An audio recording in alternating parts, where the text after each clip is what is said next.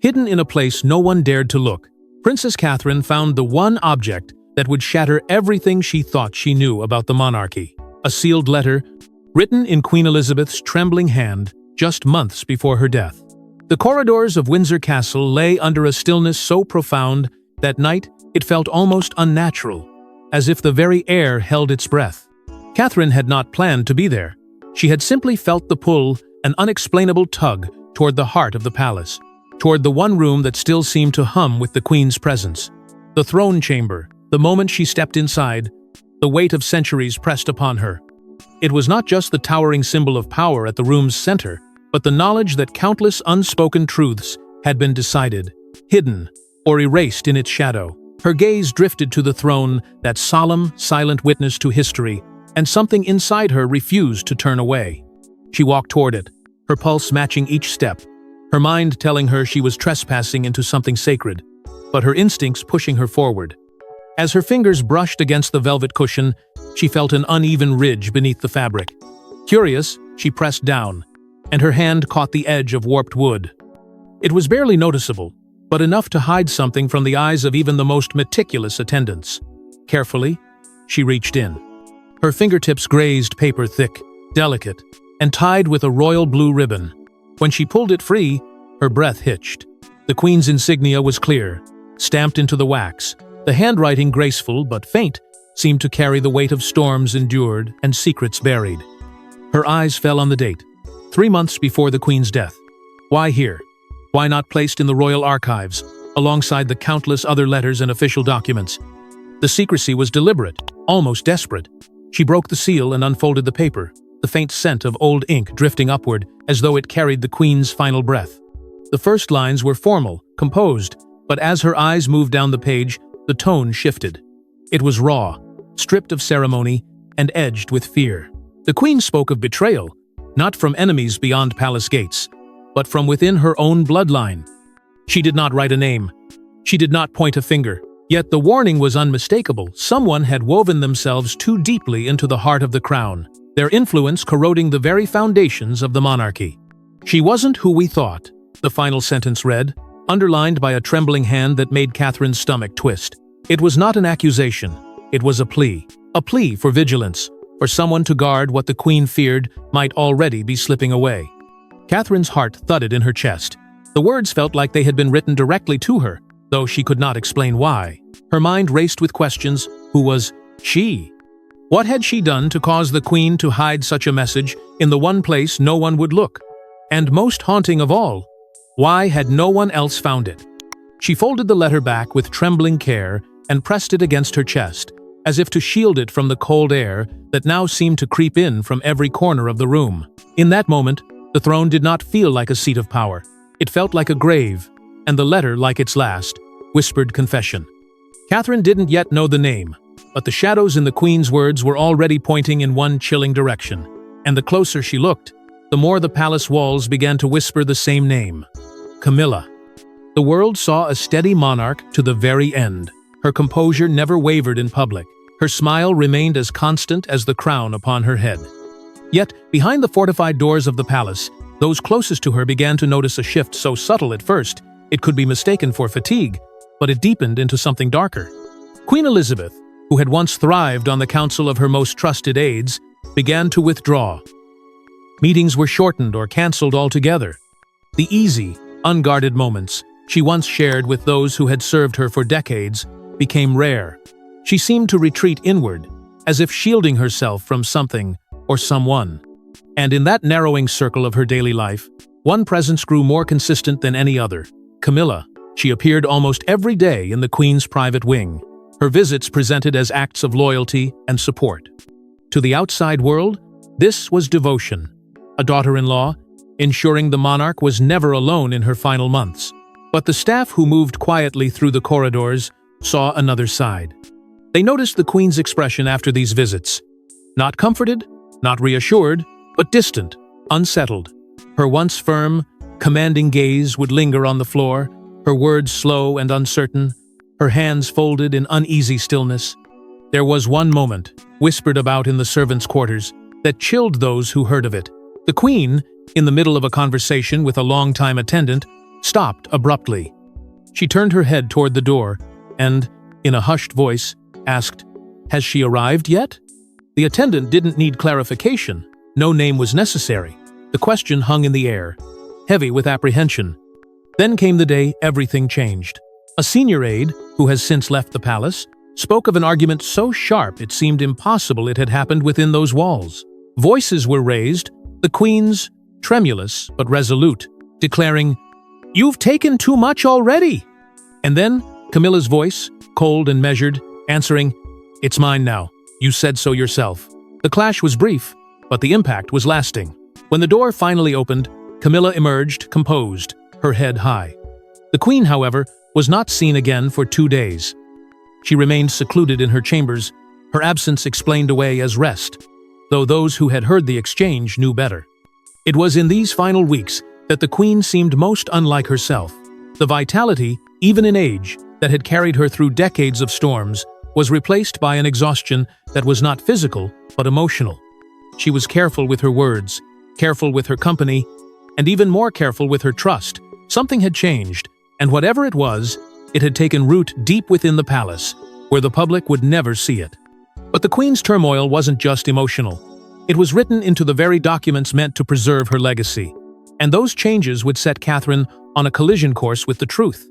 What Catherine found next proved the betrayal was not just personal, it was strategic, calculated, and buried deep in the Queen's final orders.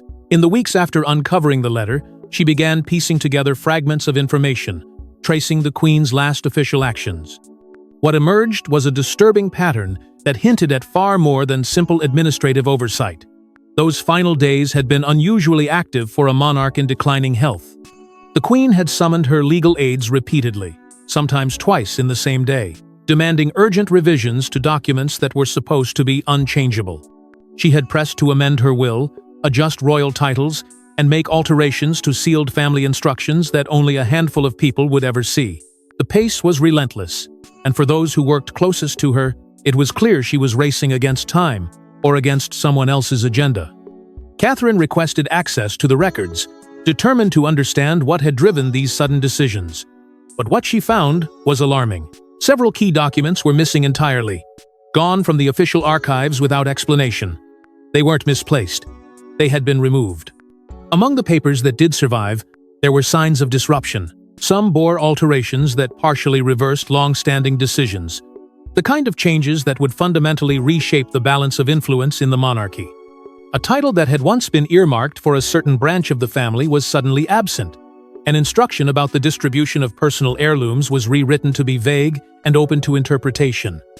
Every revision seemed to push power away from the Queen's original vision and into new, unspoken hands. Whispers began circulating among a few trusted staff members.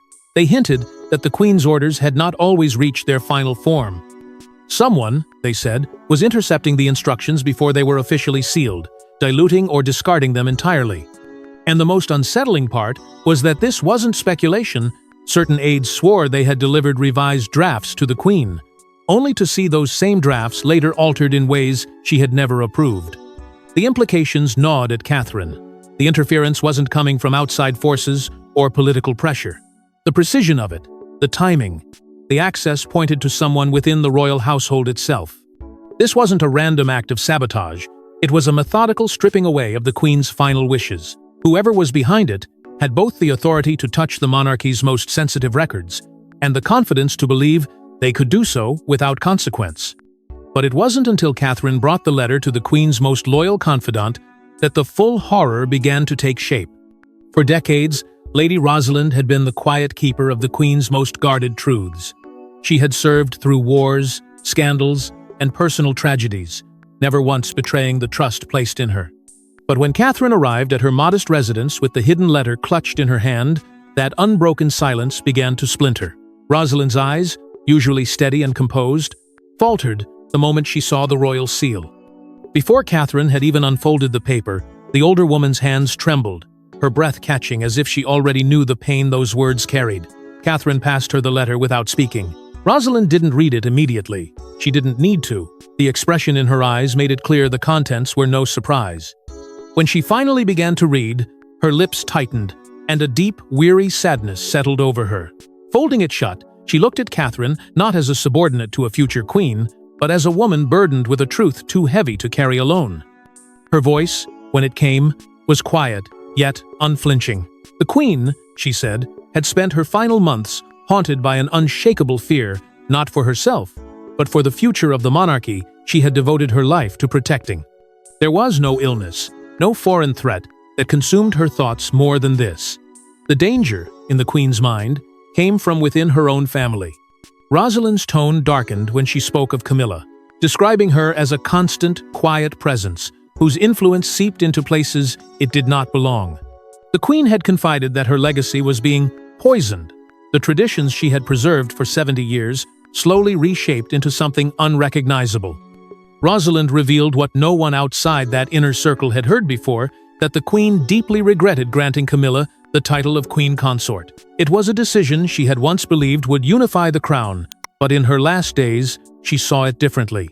She had even attempted to reverse it, not through public confrontation, but through formal channels, drafting a private directive to remove the title.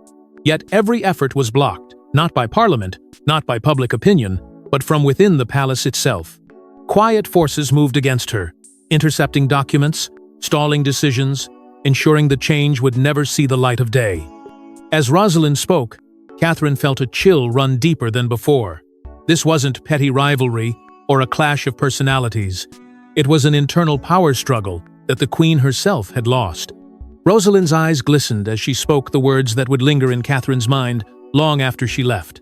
The queen died with a heart full of doubt, she said, her voice breaking. Not about her people, not about her duty, but about the crown she left behind. But for Catherine, suspicion wasn't enough. She needed undeniable proof, and she would find it in the queen's own voice. Locked away in the queen's private study was the one recording she never meant anyone to hear, and it named the betrayer without hesitation. Catherine had spent days turning Rosalind's confession over in her mind, each word sharpening her resolve. She knew she couldn't rely on memories and whispers alone. She needed something concrete, something no one could twist or dismiss. And in the monarchy, there was only one place such a truth could have been preserved: the queen's own sanctuary, her study. Gaining entry would not be simple. That room was not just locked, it was guarded by protocol, by sentiment, by the unspoken rule that even family did not intrude there without cause. It took Catherine hours of careful persuasion to convince Charles to grant her access. She did not reveal every detail of what she had been told, but she spoke of the letter, of her concern for the queen's legacy, and of her need to understand the decisions made in those final months. His hesitation was palpable, yet, perhaps out of guilt or a desire to avoid more questions, he agreed. The key was handed over reluctantly, as though it weighed more than gold. Inside, the air seemed untouched, frozen in time. Catherine's eyes scanned the room, but it wasn't the obvious drawers or neatly labeled files that drew her. It was the lower compartment of the queen's writing desk, one that bore a delicate but unmistakable royal seal. She worked it open with the master key, the lock giving way with a muted click. Inside was not a folder or a stack of papers, but an old, dust-coated voice recorder tucked into a small pouch. Beneath it, a folded note in trembling cursive read simply, "Final thoughts." Her hand tightened around the device before pressing play. Then came the sound she wasn't prepared for: the queen's voice, frail but clear, speaking not to her subjects, not to her family, but to herself. She spoke of years of subtle manipulation, of choices she believed were hers being quietly shifted until she barely recognized them. She recounted decisions she never approved that had appeared in public announcements, policies altered without her signature, and appointments made under her name without her consent. With each example, the queen's voice seemed to break a little more, admitting how she had been made to question her own memory, her own judgment. Gaslighting, wrapped in the politeness of royal protocol. She spoke of being undermined, not by outsiders, but by someone she had once believed harmless, someone who had learned to bend a room to her will long before the crown sat on her head. And then came the sentence that sent a chill through Catherine's spine. "If you hear this, it means I failed to stop her." There was no uncertainty in her tone, no hesitation in the implication. The weight of those words left Catherine motionless, the recorder still playing in her hand. The truth was now undeniable. The queen had seen the threat, tried to resist it, and been silenced. But the recording was just the beginning. The person who could fill in the missing pieces was the last royal Catherine ever expected to trust. Disgraced and exiled from the royal inner circle, Prince Andrew held the most dangerous file in the monarchy, and he handed it to Catherine. It was a meeting arranged in whispers, far from Windsor, far from the eyes and ears that fed on palace secrets. The location was his private estate, a place many in the family avoided. But for Catherine, it was the only option. She arrived knowing the risk. Andrew was not a man to be trusted blindly, but in matters of power, those on the outside often saw the most. He greeted her with the guarded weariness of someone who had been burned too many times. There was no ceremony, no attempt at small talk. After a long silence, he poured a drink, his hand steady, until he finally spoke. The first words were enough to make Catherine's heart race. The Queen had, at one point, considered removing Camilla entirely from the line of succession. It was not idle musing. It had been a concrete plan, quietly discussed with her closest advisors. But each time the idea was raised, it evaporated before it could take root. Someone had buried it before it could see daylight. Andrew's eyes hardened as he described Camilla's quiet weapon: leverage. Over years, she had gathered it on everyone who mattered, a private word here, an overheard confession there. She never used it recklessly, only when it mattered most, ensuring that no one dared to oppose her outright. "She is the one person you can't cross without consequence," he said flatly, his voice carrying no trace of exaggeration. Even Charles, he claimed, had become more dependent on her counsel than he realized, his decisions subtly guided until they bore her fingerprints. Then Andrew opened a drawer and pulled out a thick file, marked with red stamps and faded signatures. This, he said, was what the palace would do anything to destroy. Inside were documents proving that royal traditions and even the Queen's direct orders had been overridden. Instructions about titles, ceremonial duties, and succession protocol had been altered or dismissed altogether, replaced with arrangements that served one person's vision. The evidence was meticulous memos, correspondences, and handwritten notes that tied decisions back to Camilla's influence. Andrew leaned closer, his tone lower now, as if the walls themselves might betray him. "Use it," he warned, "and you're no longer safe." It was not a threat, but a reality in the monarchy. Truth was not always a shield. Sometimes it was a target. Catherine slid the file into her bag, the weight of it far heavier than paper. She knew that within those pages was the power to upend the palace's carefully crafted image, but also the power to destroy her.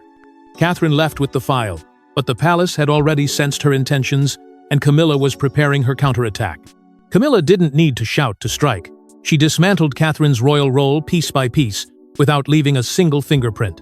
It began so quietly that at first, Catherine didn't see the pattern. An invitation to a high-profile charity gala was rescinded without explanation, replaced with a vague assurance that schedules had shifted. A diplomatic luncheon she was meant to host was suddenly reassigned to another member of the family. Then, one by one, the committees she had built, shaped, and championed were restructured, their missions intact but their leadership quietly changed, with Catherine's name nowhere to be found. Her trusted aides, the ones who understood not just her work but her vision, began to disappear from her side. Some were reassigned to distant posts, others abruptly resigned, citing personal reasons that no one believed. In their place came unfamiliar faces, courteous but detached, their loyalty tied more to the palace machine than to her. The corridors that had once felt like extensions of her own purpose now felt foreign, as though she were walking through rooms that belonged to someone else. The press, too, began to shift, not in screaming headlines, but in the whispers of carefully placed stories. A tabloid known for its palace access published a short, cryptic article questioning Catherine's emotional stability following a period of isolation. No sources were named, no accusations made outright, yet the implication was clear enough to those who knew how these games were played. Once the seed of doubt was planted in the public's mind, it would grow on its own. Behind the scenes, the warnings began to reach her. Palace insiders, some sympathetic, others merely pragmatic, urged her to tread carefully and to pick her battles. The message was unmistakable. She was being watched, and the walls around her were closing in. The moves were deliberate, calculated to weaken her influence without ever giving her grounds to fight back openly. Every change was explained as routine, every omission as an oversight, until the erosion of her role became undeniable. Then came the final blow, not delivered to her directly, but to Charles himself. Camilla, in a private conversation laced with regal diplomacy, told him Catherine was digging up ghosts that should remain buried. The phrasing was careful, but the warning was clear. Catherine's pursuit of the truth threatened the stability of the crown. It was the kind of statement that, in royal circles, could shift allegiances in an instant. But Catherine's breaking point wasn't Camilla's smear campaign. It was the final discovery that connected every piece of this web. In a hidden annex of the palace archives, Catherine found the document that proved the betrayal wasn't impulsive. It was years in the making. The room itself was meant for deep storage, a place where records too sensitive for public release were kept under lock and key. Few even knew it existed, and fewer still had the authority to step inside. Catherine had come searching for answers, but what she uncovered was not a stray clue. It was the blueprint of a plan so deliberate, so calculated, it made her blood run cold. Tucked inside a plain, unmarked folder were letters, memorandums, and meeting notes stretching back more than a decade. They revealed a quiet but relentless correspondence between Camilla and select senior aides, the same names that had appeared in shadow throughout Catherine's earlier discoveries. The tone of these communications was polite, even cordial, but beneath the surface lay something far more dangerous. A shared vision for modernizing the monarchy by systematically removing figures loyal to Queen Elizabeth's era. It wasn't presented as an attack, but as strategic realignment. The language was clinical, the intent unmistakable. The pages mapped out a long game. Camilla hadn't waited for Elizabeth's decline to seize influence. She had been positioning herself for it years in advance. Every shift in staff, every small change in ceremony, every subtle adjustment to royal protocol had been part of a larger chain of moves designed to place her at the center of power. Even before the Queen's health began to falter, the groundwork was being laid. More chilling still was the section devoted to controlling perception. Catherine found drafted press briefings, media, relationship maps, and suggested talking points aimed at reframing Camilla's role in the monarchy's narrative. Stories would appear to originate from neutral sources, but the fingerprints were all over them. Subtle praise, softened controversies, the slow but steady push to normalize her as the unquestioned partner to the king. It was a public relations war waged in whispers, with victories so small they were almost invisible until the pattern emerged. Then came the final, damning detail. Handwritten notes, not typed, not filtered through assistants, linking Camilla directly to the disappearance and alteration of legal documents in the Queen's final months. The handwriting was sharp, deliberate, and there were references that only someone inside Elizabeth's inner circle could have known. It was no longer a question of influence. This was orchestration, the quiet rewiring of an institution from within. Catherine felt the pieces locked together in her mind. This hadn't been a power shift born of opportunity. It was the culmination of years of planning, each step leading to the moment when Elizabeth would be too weak to resist. The Queen's last days hadn't simply been shaped by Camilla's presence. They had been choreographed. Every barrier removed, every loyalist displaced, every safeguard undone, until nothing stood between Camilla and the crown's full reach. Now, Catherine faced the most dangerous decision of her life, to expose the truth and risk everything, or bury it and live with the weight of silence. For days, Catherine had held herself together with an almost unnatural resolve, moving through the palace as if made of steel. She had stared down veiled threats, walked through corridors thick with silence, and carried secrets heavy enough to crush anyone else. But strength has its limits, and hers finally gave way when she was alone, truly alone, in the sanctuary of her quarters. The letter, the files, the Queen's trembling voice on that recorder, the years of manipulation laid bare in black ink, it all came crashing over her at once. She sat on the edge of her bed, head in her hands, the weight of betrayal pressing until the first tear escaped. It was not a silent grief. It was the breaking of a dam. William found her like that, a sight he hadn't seen in years. His instinct was to move quickly to her side. But when she looked up at him, eyes swollen and voice cracked, the words she spoke froze him where he stood. She took everything from the Queen. It was not a statement of anger, but of mourning. Mourning for a legacy stolen. For a woman who had spent her life in service, only to have her final wishes stripped away. That single sentence carried the entire truth of what Catherine had uncovered. And it was a truth so corrosive, it could eat through the very foundation of the monarchy. This was her threshold. She could feel it as sharply as if she were standing at the edge of a cliff. One step meant staying silent, protecting the illusion of unity, and letting history bury the truth. The other meant stepping into a storm that would consume everything: her reputation, her safety, perhaps even her marriage. But Elizabeth had trusted her, even unknowingly, to be the guardian of her final fight. To let it all fade would be a second betrayal. Somewhere deep in her chest, the decision settled. She would not let the Queen's voice be silenced. She would not let the calculated theft of tradition stand unchallenged. In the privacy of that moment, Catherine made a vow not to the crown, not to the public, but to the memory of the woman who had once taken her aside and told her that the monarchy only survives when its heart remains pure. She promised to restore what had been taken, no matter the cost. Yet, even as she made that vow, the danger was already moving against her.